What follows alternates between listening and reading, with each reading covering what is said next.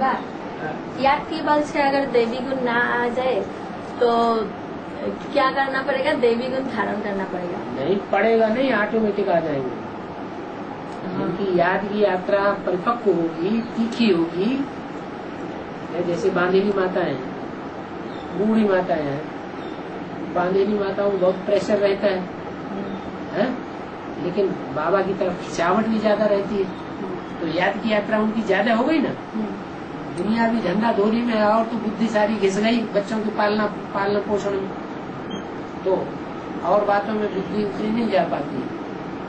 तो याद की यात्रा में अगर लगी रहे तो अंत में क्या होगा?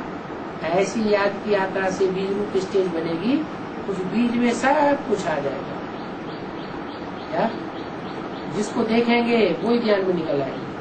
तो सेवा भी हो गई, लास्ट में क्या होगा? फर्स्ट क्लास सेवा हो जाएगी। और आत्मा में ऐसी शक्ति आ जाएगी स्वतः ही कि धारणा के सारे पॉइंट्स प्रैक्टिकल जीवन में समा जाएंगे। आत्मा संपन्न कर बनेगी। धारणा उनको करने की भी दरकार नहीं। याद में सब कुछ भरा हुआ है, चारों सब्जेक्ट भरे हुए। कोई याद में पास है और 3 सब्जेक्ट में बिल्कुल फेल है दूसरों की नजरों में। तो याद में जो पास होगा वो चारों सब्जेक्ट में क्या माना जाएगा? पास होगा। और 3 सब्जेक्ट में पूरा पास है और याद में फेल है, तो क्या माना जाएगा? फेल ही माना जाएगा। तो याद मुख्य है। याद तो बाबा अमृत बेला का याद ही तो श्रेष्ठ याद है। अमृत बेला नहीं होगा तो सारा दिन याद आ जमेगा ही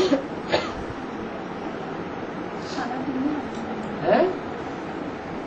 सारा दिन अगर याद जमानी है तो अमृत बेला आत्मा की स्थिति जरूर पक्की करनी है।